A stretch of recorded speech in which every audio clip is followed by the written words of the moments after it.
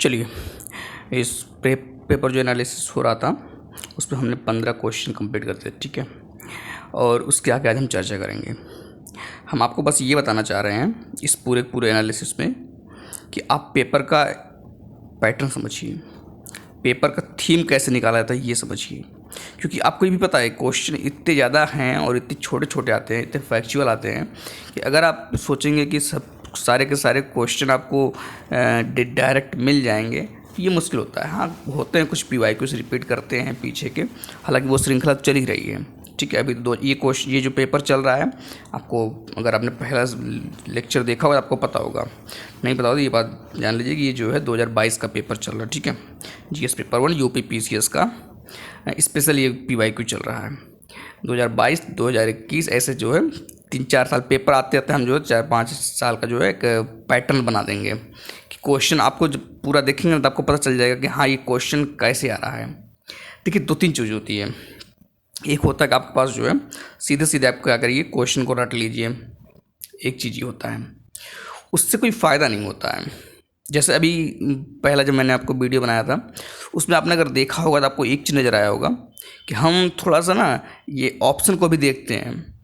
ऐसे नहीं कि मतलब केवल जो क्वेश्चन देख ऑप्शन देखेंगे, भाई आखिर ऐसा क्या है उसके दिमाग में, क्वेश्चन एक पर्टिकुलर क्वेश्चन में क्या करते हैं कमीशन की एक उसका जो है ना पैटर्न होता है ऑप्शन बनाने का, कि एक क्वेश्चन बाद ऐसे बनेगा, फिर इसके बाद ऐसे बनेगा, फिर ऐसे बनेगा, मतलब इस तरह से एक जो है ABC करके कुछ उनका जो है पैटर्न भी बन जाता है। और एक पर्टिकुलर क्वेश्चन टाइप आपको नजर आएगा, मतलब ऐसे नहीं कि अभी जैसे आपको दिखा रहा हूँ मैं क्वेश्चन नंबर 16, सीधे सीधे चलते हैं, डायरेक्ट हम क्वेश्चन से ही समझाएंगे, ज़्यादा समझ में आएगा, है ना। तो वैसे डायरेक्ट मतलब हवाबाजी में नहीं समझ में आएगा। जैसे क्वेश्चन नंबर 16 है, ये क्वेश्चन नंबर आप 16 देखिए, इसमें क्या है कि अब ये जो क्वेश्चन नंबर 16 है ना, इसमें आप देखिए 4 पॉइंट दिए गए हैं ना, कि बहुजन समाज पार्टी, फिर समाजवादी पार्टी, फिर तेलुगु देशम पार्टी, फिर ऑल इंडिया तृणमूल कांग्रेस, ठीक है। अब ये 4 दिए गए, इसमें आपको जो है ऑर्डर में सेट करना है, ठीक है। अब इसमें आपको ऑर्डर में सेट करना है, तो आपको देखना क्या है इसमें आप देखिए कि सबसे पहले 3 जो 4 के 4 ऑप्शन हैं ABCD में, सबसे पहली चीज़ तो ये कि शुरुआत कहाँ से हो रही है। शुरुआत देखिए ए वाला जो ऑप्शन ये वाला है, ए वाला है, इसमें देखेंगे सेकंड से शुरू हो रहा है, बी कौन सा है फर्स्ट से शुरू हो रहा है, सी कौन सा है सी और डी मतलब किससे शुरू हो रहा है थर्ड से, मतलब तेलुगु देशम पार्टी से। अब ये कह रहे हैं कि इसको जो है कालानुक्रम में व्यवस्थित कीजिए। ये बात तो ठीक है, चलो ये तो क्वेश्चन है कि आपको दिख रहा है कि कालानुक्रम व्यवस्थित कीजिए, लेकिन पॉइंट देखिए कि A और B अगर आप तुक्का भी लगाएं तो आप सोच देखिए, कॉमन सेंस लगाइए, ज़्यादा मतलब नहीं सोचना है कि आखिर ये C और D में 3 से शुरू क्यों हो रहा है ना। अगर आप लॉजिकल थोड़ा बनेंगे तो आपके दिमाग में ये बात आएगी कि आखिर जो है कि C और D में 3 से क्यों शुरू हो रहा है, मतलब कि तेलुगु देशम पार्टी। तो अगर आप तुक्का मतलब गेस भी करेंगे ना तो आपको लगेगा कि यार 2 ही में से हो सकता है, क्योंकि ऐसा क्या है कि मतलब कि दोनों में क्लू दे रहा है 3। अब यहाँ पे अगर आता है तो फिर आपको 1 और 2 में कन्फ्यूजन हो जाएगा, तो मतलब आप 50-50 पहुँच सकते हैं, है ना। लेकिन अगर आप ये सोचेंगे कि उल्टे, देखो यही चीज़ है एग्जाम में क्या है आपको नहीं भी पता है ना, फिर भी आपको गेस मारना होता है, और जो गेस मारना होता है या मतलब कि आप थोड़ा सा लॉजिक मार लगाएंगे ना, तो वो लॉजिक भी लॉजिकल होना चाहिए, ये लॉजिकल नहीं होना चाहिए। जब आप ऐसा देखेंगे तो आपको लगेगा कि C और D में से कुछ समझ में आ रहा है, इसी में से कुछ तो करेगा, तो उसके बाद आपका क्वेश्चन किस फंस जा करके, अगर आप लॉजिक से पहुंच जाते हैं CD पर तब, अगर नहीं पहुंचते, नहीं हम अलग सोचेंगे तो फिर अलग सोचिए भाई, फिर तो बात ही अलग है कि हम जो ना तो सेकंड में सोचेंगे ना तो पहले में सोचेंगे, हम जो है बस उलझेंगे इसमें जा करके कि हमको आता ही नहीं, छोड़ना तो फिर तो विकल्प है ही, जिसका कोई सॉल्यूशन नहीं उसको छोड़ दीजिए, क्या दिक्कत है। तो यहाँ पर क्या है कि आपको अगर यहाँ पहुँच गए तो आपका क्वेश्चन किससे बनेगा, आपका क्वेश्चन केवल और केवल अगर देखा जाए तो स्टेटमेंट, ये जो है स्टेटमेंट नहीं बल्कि ये फैक्ट जो है ये 1 और 2 पे डिपेंड कर रहा है। अब आपको इन दोनों में से एक भी पता होगा, इन दोनों में से मतलब कि दोनों में ये पता हो कौन पहले कौन बाद आया, ये पता अगर होगा तो आप पक्का जो है C और D पर जाएंगे। तो इसका आंसर क्या है, इसका आंसर 16 का C है।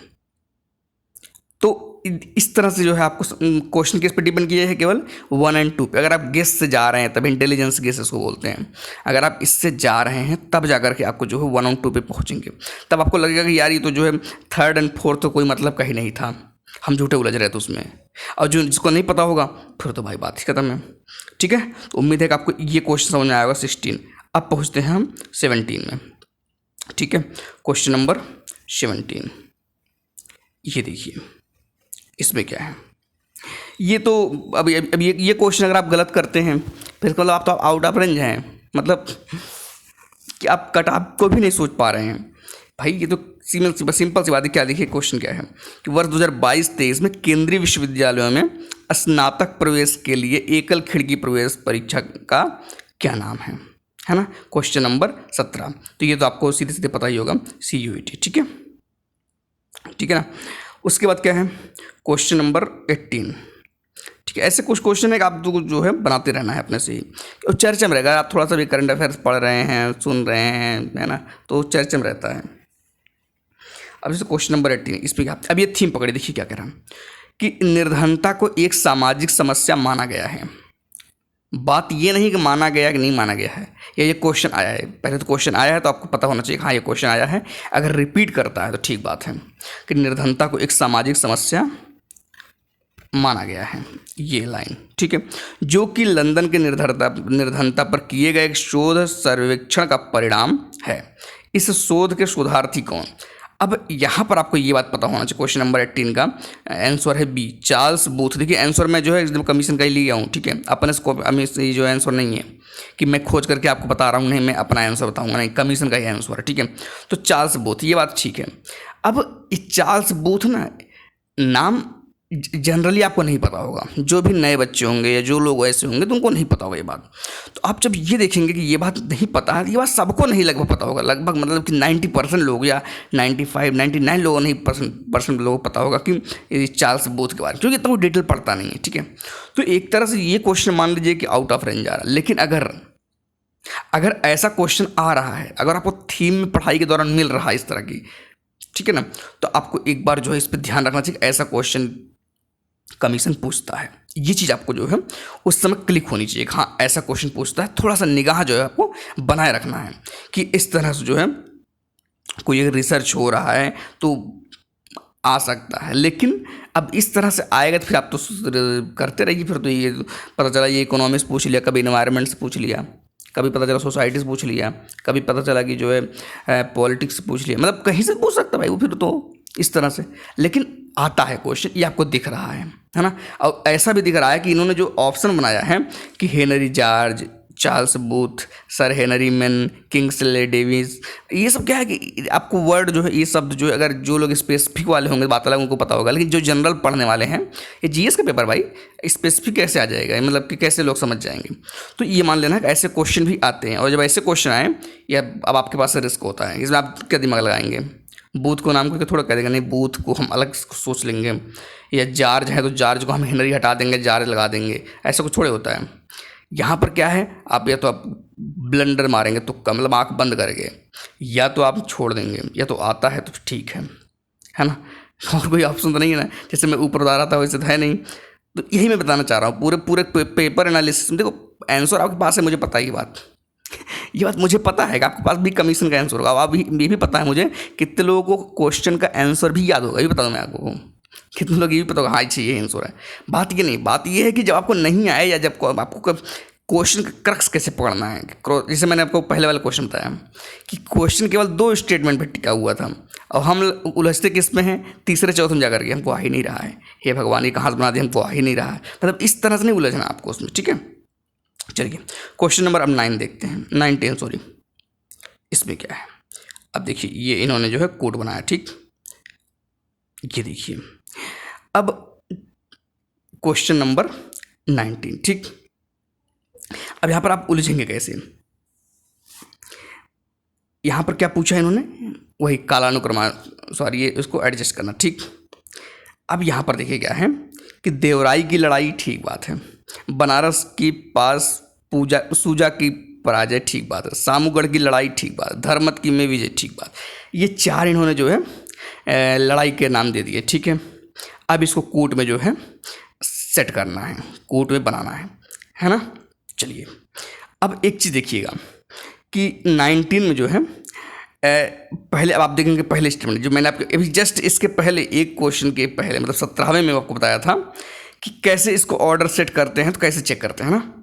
अब यहाँ पर आपके तुरंत दिमाग में आएगा यार इसमें जो है पहले से शुरू है ना, देखो ये 1 से शुरू है, ये 4 से शुरू है, ये 2 से शुरू है, ये 3 से शुरू है ना, दिख रहा है।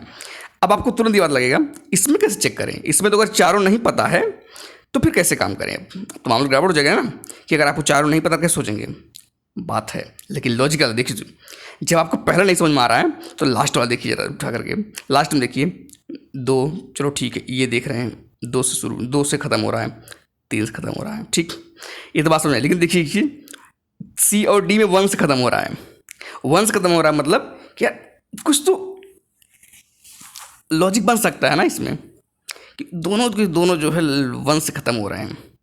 तो हो सकता है कि ये दोनों में से कुछ आंसर मिले, क्योंकि क्या है ना कि जब ऑप्शन बनाए जाते हैं तो छिपाने का प्रयास किया जाता है, ऑप्शन को किसी तरह से ना छिपा दूँ जैसे पहले बता एकदम उस 17वें का अपोजिट ऑप्शन बनाया गया है एकदम, देख लीजिए। बस ये है कि उसमें जो है पहला जो शुरुआत हो रहा था उसमें तो 2 मिल रहे थे, अब इसमें लास्ट में शुरुआत हो रहा था, लास्ट में जो आ रहा है उसमें 2 मिल रहे हैं, बस अंतर इतना ही है ना। और जब आपको ये बात समझ में आ रही है तो अगर थोड़ा सा आप रिस्क लेंगे, इंटेलिजेंस गेस लगाएंगे ना, नहीं पता है चलो ठीक है ये युद्ध नहीं पता है, तो आप पक्का जाएंगे किसमें, सी और डी में। आप कहेंगे नहीं मैं ए और बी में जाऊंगा, तो भाई बात ही लग जाइए है, जब किसी को जाना ही है तो उल्टा मैं क्या कर सकता हूँ, है ना। तो आप जाएंगे किसमें, अब आप जाएंगे इसमें सी और डी में। अब सी और डी में अगर आप पहुँच गए हैं तो आपको क्या ये बात पता है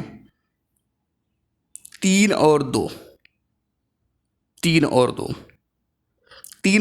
भी नहीं पता है तो भाई 4 और 3 में कुछ लग रहा है, मतलब एक भी अगर आपको लग रहा है 4 और 3 लग रहा है, 4 और 2 लग रहा है, मतलब कुछ भी लग रहा हो, एक भी अगर आप पकड़ लेते हैं, मतलब तुक्का भी अगर आप एक लगा देते हैं ना तो आपका क्वेश्चन बन जाएगा, क्योंकि आपको 50-50 में पहुँच चुके हैं सी और डी। एक में भी आपको सटीक बैठना है केवल, बस और कुछ नहीं करना है, ठीक है ना।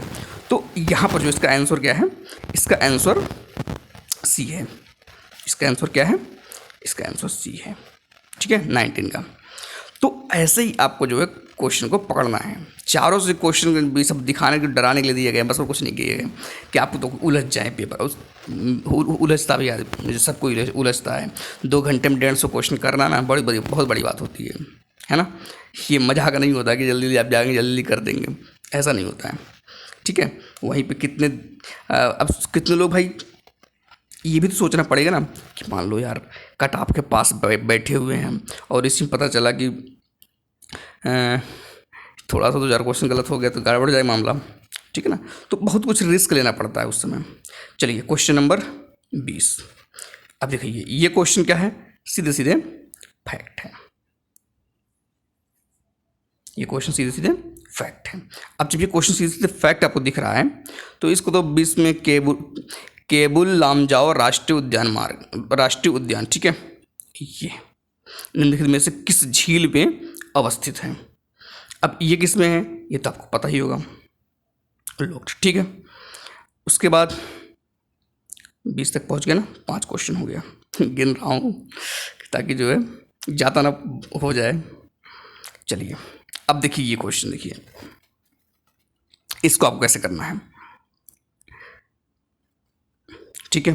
चलिए अब यहाँ पर जो है क्वेश्चन नंबर 21। अब यहाँ पर आपको क्या सेलेक्ट करना है, मैंने फिर वही लॉजिक बताया। देखिए सी और डी अलग अलग है ना, तो आपको किस में जाएंगे, ए और बी में। जैसे दिख रहा है ए और बी, देखिए इसमें जो है 3 मिल रहा है ना, 3 कॉमन है, इसका मतलब आंसर यही कहीं पर होगा, छिपाया जा रहा है। आंसर जो है छिपाने का प्रयास किया जा रहा है कि जो है ताकि आप जो है पकड़ ना पाए या जो है समझ ना पाए। तो अब यहाँ पर कौन सा हो सकता है, अगर आपको इसमें से पता है तो सी एकदम मान लीजिए कि सी, अगर देखो एक कहीं कहीं आपको टिकना पड़ेगा। जब भी कोई चीज़ शुरू की जाती है एक रेफरेंस पॉइंट माना जाता है। जैसे आपने मान लिया कि चलो ए और बी में यही सही है, तो मतलब ए का जो है 3, ये मैच जो है मतलब जो है ये वाला ए का 3 यहाँ तक पहुँच चुके हैं कि प्रशांत मेरियाना, जिसको नहीं पता होगा जिसको थोड़ा ही फैक्ट पता होगा उसको पता होगा ये बात, उसको ये भी नहीं सोचना पड़ेगा कि ए और बी, उसको ये बात भी पता होगा प्रशांत और मैरियाना गर्द ये सही है ना। तो अब क्या है कि आपको जैसे ही पता चला तो वैसे आपको सी और 1 क्लियर हो जाएगा। ये देखिए सी और 1, बस क्वेश्चन कहाँ पे जाके टिका अब क्वेश्चन टिका आर्कटिक और अंध। और जिसने थोड़ा सा भी फैक्ट रटा होगा, थोड़ा सा भी सोचा होगा, तो इसका आंसर क्या निकाल लेगा, 21 का बी। क्या 21 का बी, मतलब कि बी का 4 आर्कटिक का मोलाय गर्द। और नहीं पता तो अब याद रख लीजिए है ना। जब मैं सोचूंगा मैं तो बनाता हूँ, आप लोग देखिएगा मैं बनाता हूँ, जैसे कि ना ये जो मेन पॉइंटर के जो नोट्स होते हैं या मेन जो घटना चक्र के ये सब नोट्स मैं बना के डालता हूँ, है ना। अब बस इसीलिए कि मैं आपको क्लू वाला पॉइंट देता हूँ, मैं ऐसा नहीं सब एक तरफ से पढ़ा रहे, नहीं, मैं वही बताता हूँ आपको जहाँ से ट्विस्ट बन सकता है। सब पढ़ाने लगे फिर तो पता लगे पढ़ाते रह जाएंगे, है ना। तो इसका आंसर क्या होगा 21 का। बस आप पैटर्न केवल चेक करिए, मेरे साथ रहने का मतलब बस केवल क्या है, लॉजिकल बनिए थोड़ा सा, मतलब सोचिए, ऐसे नहीं बस चलो ठीक है बना दे रहे हैं, कुछ भी बना दे रहे हैं, है ना, ऐसा नहीं करना है। चलिए उसके बाद क्वेश्चन नंबर 22। देखिए अगर आपको स्पीड धीमी लगे तो आप स्पीड बढ़ा लीजिएगा, है ना, इसलिए मैं लाइव सेशन वगैरह नहीं लेके आता हूँ, ठीक है ना। पता चला आराम से पढ़ा, अगले को भी लग रहा है कि यार टाइम बहुत ज़्यादा बर्बाद हो रहा है, तो इस तरह की गलती नहीं करनी है। अब ये क्वेश्चन तो आपको पॉलिटी का एकदम इजी क्वेश्चन है।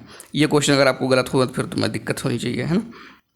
क्या क्वेश्चन है, क्वेश्चन नंबर 22 क्या है, भारत के नियंत्रक महालेखा परीक्षक कैग के बारे में है।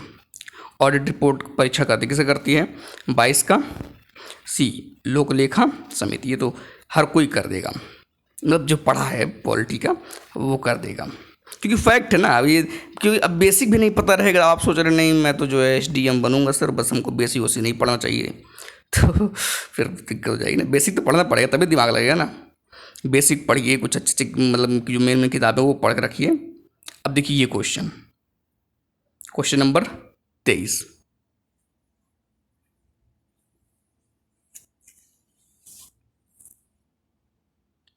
इसमें क्या दिख रहा है, एकदम थीम बेस पे करंट अफेयर्स का क्वेश्चन है।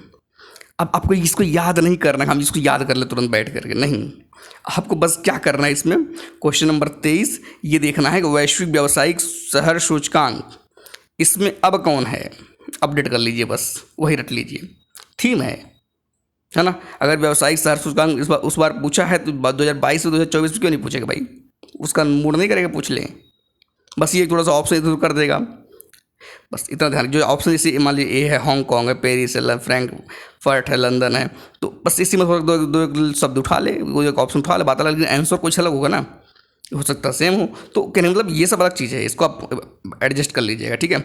लेकिन इसका आंसर क्या है, इसका आंसर बस याद रखिए हांगकॉन्ग है, ठीक है। उसके बाद क्या है, ये देखिए, ये तो आसान क्वेश्चन है एकदम, मतलब खेल वाला, कि अगर आप ये भी ना कर रहे हैं फिर तो भाई कैसे। निम्नलिखित में से कौन सा बायोमास ऊर्जा का स्रोत नहीं है ना, बायोमास ऊर्जा का स्रोत नहीं है। अब इसमें कौन सा होगा, क्वेश्चन नंबर 24 का परमाणु। अब लकड़ी, गोबर, अब नहीं आ रहा तब भी कॉमन से लगा ली ना भाई। एक चीज़ देखिए कि लकड़ी, गोबर, कोयला, लकड़ी से कोयला दिख रहा है, थोड़ा सा दिमाग लगाएंगे। और भाई एक चीज़ मान लीजिए ना कि मान लीजिए कोई जानवर है लकड़ी खा रहा है, लकड़ी नहीं खा सकता कोई जानवर, यहाँ तक ऐसे जानवर है कांटे तक खाते हैं, लकड़ी नहीं खा सकता, है ना। तो वो क्या गोबर नहीं, या मतलब वो उसका मल जो है एनर्जी काम नहीं कर सकता है, वो अलग चीज़ है। लेकिन ये क्या कह रहा है, बायोमास ऊर्जा का स्रोत नहीं है ना। तो अब ये कौन सा होगा, परमाणु ऊर्जा, ठीक है। इसमें क्या है ना, एक वो होता है ना आउट ऑफ ऑड, या मतलब इस तरह क्वेश्चन होता है, मतलब कि जो सबसे अलग दिखे तो उसमें लगा दिया जाता है। जैसे UPSC में ऐसा करते हैं वो, कि जो है जब जो चीज़ सबसे अलग दिख रहा है उसी को आंसर मान लीजिए, क्योंकि अब कम बाकी सब मिल भी रहा है ना भाई, चलो ठीक है, बायोमास से लग भी रहा है कुछ, है ना। बायो से भी पकड़ लीजिए कि बायोलॉजिस्ट, तो थोड़ा सा मैच करेंगे तब भी मिल जाएगा, हाँ यार लकड़ी हो सकता है, गोबर है, ठीक है, कोयला भी उसी में आ रहा है, मतलब ऐसे सोचेंगे तो परमाणु से अलग नज़र आ रहा है, तब भी आपसे उसको सही कर लेंगे, ठीक है। उसके बाद कौन सा क्वेश्चन नंबर 25, ये देखिए क्वेश्चन नंबर 25 इसमें क्या है, निम्नलिखित में से कौन सी हरित गृह गैस नहीं है?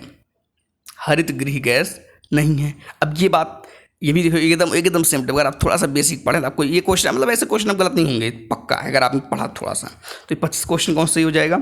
इसका हो जाएगा क्वेश्चन नंबर ये option C, chlorofluorocarbon, carbon dioxide, methane. हर कोई पढ़ रहा है, आप नहीं पढ़ रहे इसका मतलब आप पढ़ ही नहीं रहे किताब। फिर आप जो है कुछ और को पढ़ करके सोच रहे हम उससे निकाल लेंगे यूपीएससी या यूपीपीसीएस, है ना। आप सोच रहे हम उल्टा किताब पढ़ेंगे, कक्षा 3 का पढ़ लें क्या, मैं तो पढ़ लेते हैं, तो ऐसा नहीं करना, ठीक है। ये सब बेसिक चीज़ें हैं। उसके बाद ये भी देख लीजिए बेसिक क्वेश्चन, है ना। अब जैसे बेसिक क्वेश्चन, अब इसमें मान लीजिए अगर आपको ऑप्शन अभी ना भी मिले ना, तब भी आपको करना चाहिए ऐसे क्वेश्चन, है ना। कि ऐसे क्वेश्चन नहीं करेंगे फिर करेंगे क्या?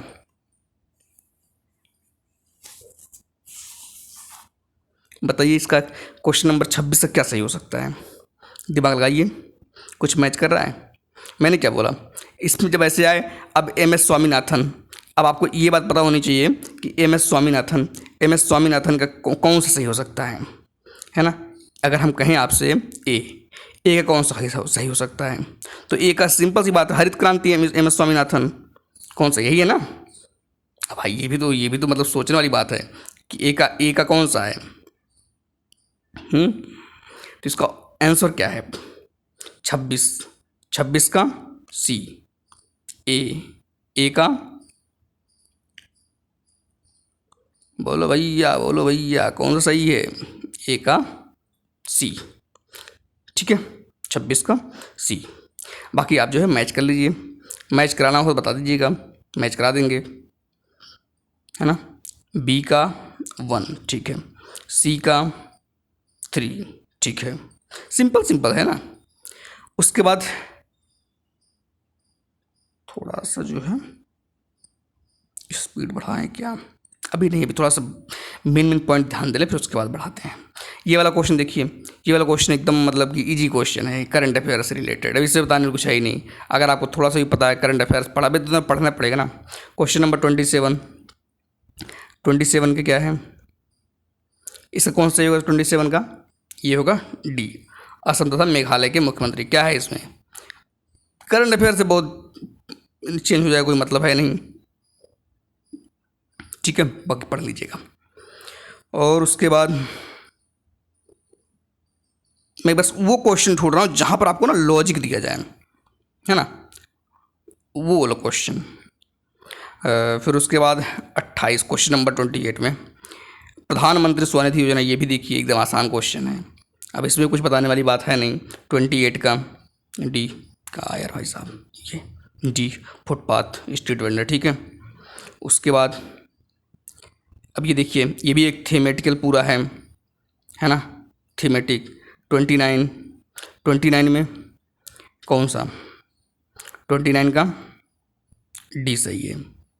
वही देखिए लॉजिक, जो पहले अभी इसके पहले बताए थे हम कि लास्ट में देखिए आपको किस में जाके फंसेंगे, बी और डी में फंसेंगे जा करके। ये देखिए 2 बस इसी में जाके फंसेंगे, ऐसा नहीं कि यहाँ 3-4 में जाके फंस जाएंगे, नहीं, ये हटा दीजिए, आउट ऑफ रेंज। खुद सामने दिख रहा है आपके ना, तो इसको जो है बस एलिमिनेट कर लेंगे तो हो जाएगा काम। मतलब कि जब ऐसे क्वेश्चन खुद कहता है कि दो ही से आंसर निकाल लीजिए, बाकी उलझने की ज़रूरत नहीं है, ठीक है। उसके बाद ये देखिए, ये भी क्वेश्चन एकदम आसान क्वेश्चन है ना।